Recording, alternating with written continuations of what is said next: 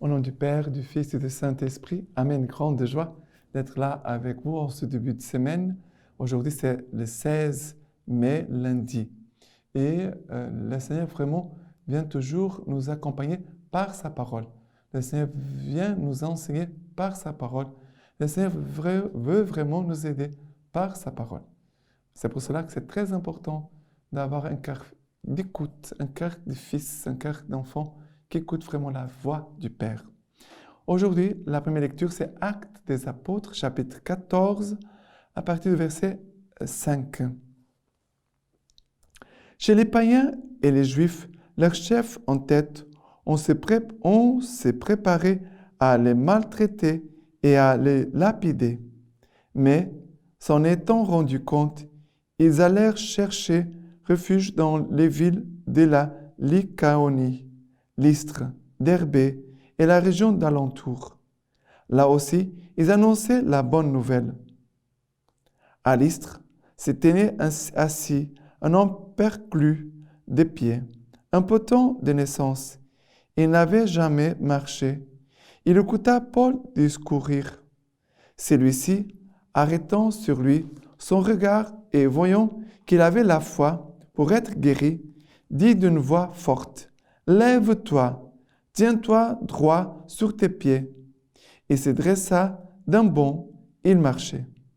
À la vue de ce que Paul venait de faire, la foule s'écria en lycaonien, « Les dieux, sous forme humaine, sont descendus parmi nous. » Ils appelaient Barnabé Zéus et Paul Hermès, puisque c'était lui qui avait la parole. Les prêtres de Zéus, de devant la ville, amenèrent au portail des taureaux ornés de guirlandes, et ils se disposaient de concert avec la foule à offrir un sacrifice.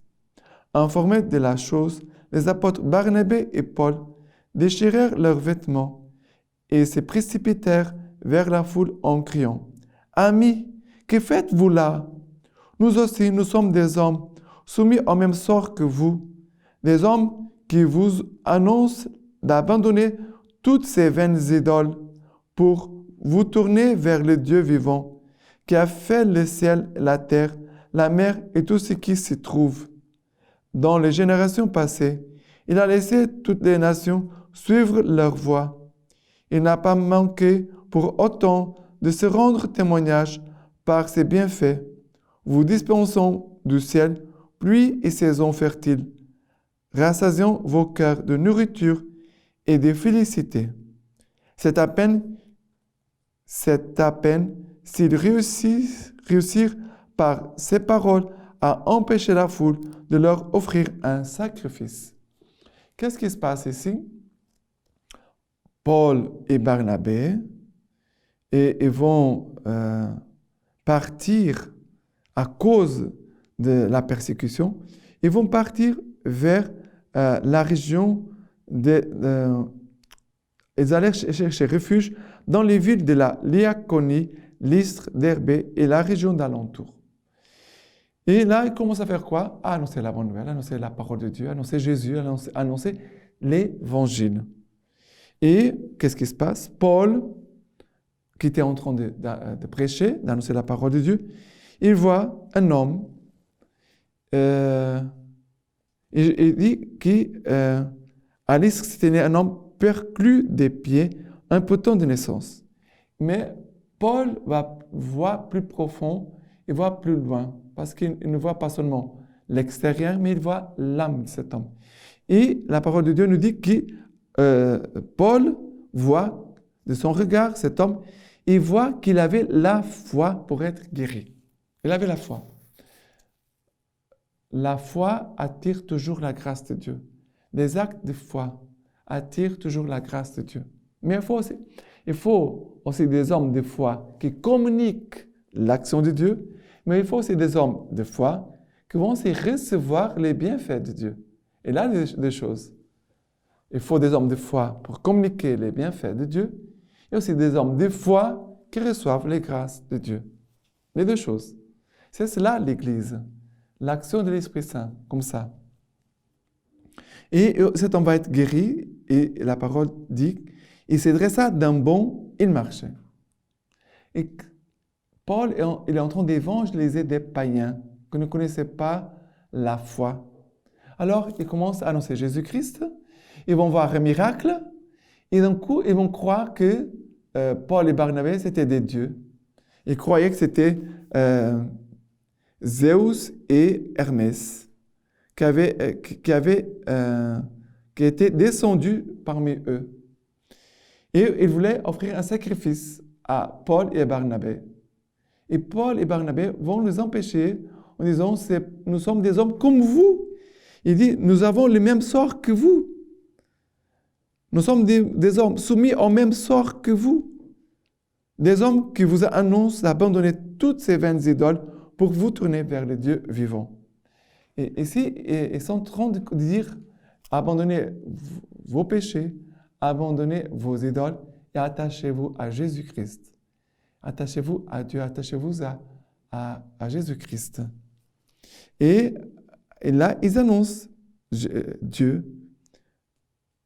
Et tournez-vous vers le Dieu vivant qui a fait le ciel, la terre, la mer, tout ce qui s'y trouve. Et après, il dit, il a laissé toutes les nations suivre leur voie. Il n'a pas manqué pour autant de se rendre témoignage par ses bienfaits, vous dispensant du ciel pluie et saisons fertiles. Et voilà qu'ils annoncent la bonne nouvelle et la parole dit, c'est à peine s'ils réussirent par ces paroles à empêcher la foule de leur offrir un sacrifice. Parce que les sacrifices, nos prières sont adressées à Jésus-Christ, au Père par Jésus-Christ, dans l'Esprit Saint. Voilà. Nos prières doivent être toujours adressées au Père par Jésus-Christ, dans l'onction de l'Esprit Saint. Voilà cette grâce trinitaire. Nous devons avoir une foi trinitaire, le Père, le Fils et le Saint-Esprit. Mais en même temps, je disais, il faut des hommes de foi pour recevoir les grâces de Dieu, les bienfaits de Dieu, pour les communiquer, donner aux âmes. Et aussi, il faut des hommes qui ont aussi la foi pour les recevoir. Maintenant, les psaumes d'aujourd'hui, c'est le psaume 115. Non pas à nous, Seigneur, non pas à nous, mais à ton nom rapporte la gloire, pour ton amour et pour ta vérité, que les païens ne disent, où est leur Dieu? Notre Dieu, il est dans les cieux. Tout ce qui lui plaît, il le fait. Leurs idoles, or et argent, une œuvre des mains d'hommes. Bénis soyez-vous du Seigneur, qui a fait le ciel et la terre. Le ciel, c'est le ciel du Seigneur. La terre, il l'a donnée au fils d'Adam. Mais qu'est-ce qui se passe ici? C'est non pas à nous, Seigneur, non pas à nous, mais à ton nom rapporte la gloire pour ton amour et pour ta vérité, que les païens le disent, que les païens ne disent, où est leur Dieu? Ça veut dire, nous devons glorifier Dieu. Dans notre bouche, dans nos désirs, dans nos pensées, on devrait penser toujours à glorifier Dieu, dans nos actions, à glorifier Dieu. C'est cela qui devait être notre souci de chaque jour. Et voilà, notre Dieu, il est dans les cieux. Tout ce qui lui plaît, il le fait. Ça, c'est la foi. Tout ce qui plaît à Dieu, il va le faire. Je garde confiance. Et vous voyez que la beauté de notre relation avec Dieu. Notre Dieu n'est pas un Dieu lointain, mais il est un Dieu proche qui nous parle, qui entre dans notre vie, qui agit dans notre vie, qui embrasse ce que nous vivons. Nous sommes vraiment dans les mains de Dieu. Et nous devons avoir vraiment cette docilité pour permettre toujours à Dieu de conduire toutes choses, mais aussi de collaborer avec la grâce et la volonté de Dieu. Maintenant, l'évangile d'aujourd'hui, c'est Jean chapitre 14, à partir du verset 21. Celui qui a mes commandements et qui les garde, c'est celui-là qui m'aime. Or, celui qui m'aime sera aimé de mon Père. Je l'aimerai et je me manifesterai à lui. Judas, pas l'Iscariote, lui dit, « Seigneur, comment se fait-il que tu doives te manifester à nous et non pas au monde ?» Jésus lui répondit, « Si quelqu'un m'aime, il gardera ma parole, et mon Père l'aimera. Et nous viendrons vers lui, et nous ferons une demeure chez lui. Celui qui ne m'aime pas ne garde pas mes paroles, et ma parole n'est pas de moi, mais du Père qui m'a envoyé.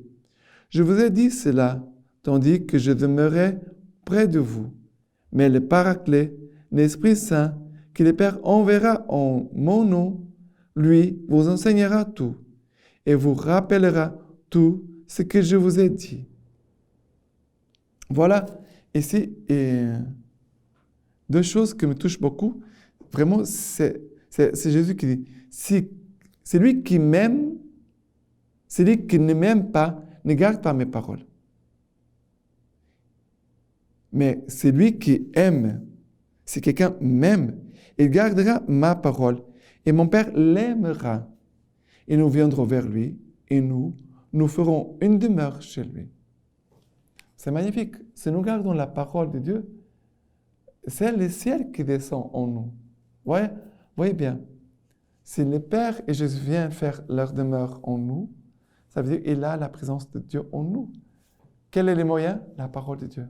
Mais il faut garder la parole. Il faut aimer la parole. Et aimer la parole, c'est vouloir que cette parole puisse s'accomplir dans nos vies. C'est cela l'attitude de foi. Aimer la parole, garder la parole, la mettre en pratique, ne pas oublier cette parole et de permettre à Dieu de venir faire leur demeure en nous par la parole que nous avons écoutée. Deuxième chose, c'est Jésus va dire, mais le Paraclet, l'Esprit Saint, que le Père enverra en mon nom, lui vous enseignera tout et vous rappellera tout ce que je vous ai dit. Ça veut dire, l'Esprit Saint, c'est notre mémoire. Il vient au secours de notre faiblesse et de notre manque de mémoire. Et l'Esprit Saint vient nous rappeler, non pas les choses, qu'est-ce que ma maman m'a dit ce matin. Bien sûr, c'est important de savoir qu'est-ce que ta maman t'a demandé pour faire aujourd'hui. Mais ton épouse, voilà, quelqu'un qui t'a confié quelque chose, il ne faut pas oublier, il faut être responsable. Mais l'Esprit Saint vient à ranimer éveiller notre mémoire pour qu'elle n'oublie pas Dieu et qu'elle n'oublie pas les paroles de Dieu. Et pour qu'elle puisse, l'Esprit Saint vient, en fait, nous aider à aimer Dieu et à plaire à Dieu. Voilà, l'Esprit Saint viendra nous rappeler tout ce que Jésus nous a dit. Très important, très important. Et maintenant, la lecture patristique de ce lundi de Saint Grégoire, évêque de Nice. Voici les jours que le Seigneur a fait, différents des jours apparus au commencement de la création, qui sont mesurés par le temps. Celui-ci est le commencement d'une autre création. Dieu fait en ce jour un ciel nouveau et une terre nouvelle, comme dit le prophète. Quel est ce ciel? Le firmament, l'édifice solide de la foi au Christ. Qui est ce ciel? Le firmament, l'édifice solide de la foi au Christ. Quelle est cette terre? Le cœur excellent, comme dit le Seigneur. C'est la terre qui boit la pluie tombée sur elle et qui donne une riche moisson. Dans cette création, le soleil, c'est la vie pure. Les astres sont les vertus. L'air, c'est une conduite limpide. La mer, c'est la profondeur des richesses, de la sagesse et de la connaissance. La verdure et les bourgeons, c'est la bonne doctrine et les enseignements divins dont se nourrit le troupeau du pâturage, c'est-à-dire le peuple de Dieu. Les arbres portant du fruit, c'est la pratique des commandements. Mais nous n'avons pas encore parlé de ce qu'il y a de plus extraordinaire dans le don que ce jour nous apporte. C'est qu'il a détruit les affres de la mort. C'est qu'il a mis au monde les premiers-nés d'entre les morts. Je monte, dit-il, vers mon Père et votre Père, vers mon Dieu et votre Dieu. Quelle belle et bonne nouvelle! C'est lui qui, pour nous, est devenu comme nous, a voulu, par suite de son unité de nature avec nous, faire de nous ses frères. C'est pourquoi il fait monter de sa propre humanité auprès du Père véritable, afin d'attirer par lui tous ceux de sa race. C'est pourquoi il fait monter de sa propre humanité auprès du Père véritable, afin d'attirer par lui tous ceux de sa race.